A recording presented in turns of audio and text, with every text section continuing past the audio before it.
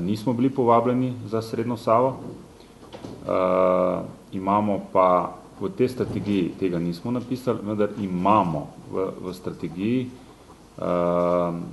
tudi zapisano, da bi želeli bolj vstopiti kot proizvajalec električne energije. Zdaj, ker ne želimo biti samo prodajalec, želimo tudi biti proizvajalec, zaradi tega vsako leto tudi investiramo v sončno. Tako da smo, če se že malo pohecam, smo že tretji proizvajalec električne energije v Sloveniji, seveda zelo za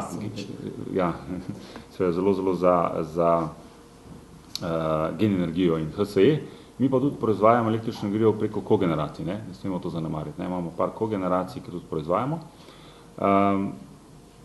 Nas načelno zanima, tako kot sem rekel, vendar definitivno ne, da bi mi bili nosilec projekta.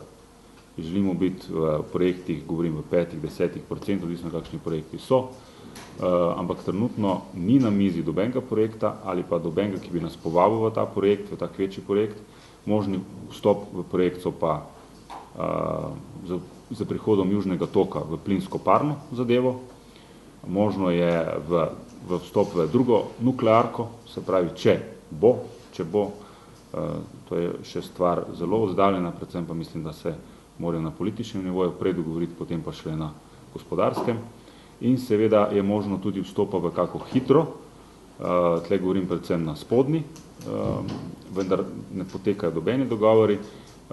Veliko lažje ali pa prej, verjetno je pa možnost investiranja v kakšen večji hidrozadevo, rečemo v Bosni, ampak je takšnega, kjer je pa več projektov odprtih, tudi več možnosti, dobili smo tudi že par povabil za to, vendar v naslednjih 2–3 letih ne vidimo v strategiji, da bi se mi odločili za to investicijo.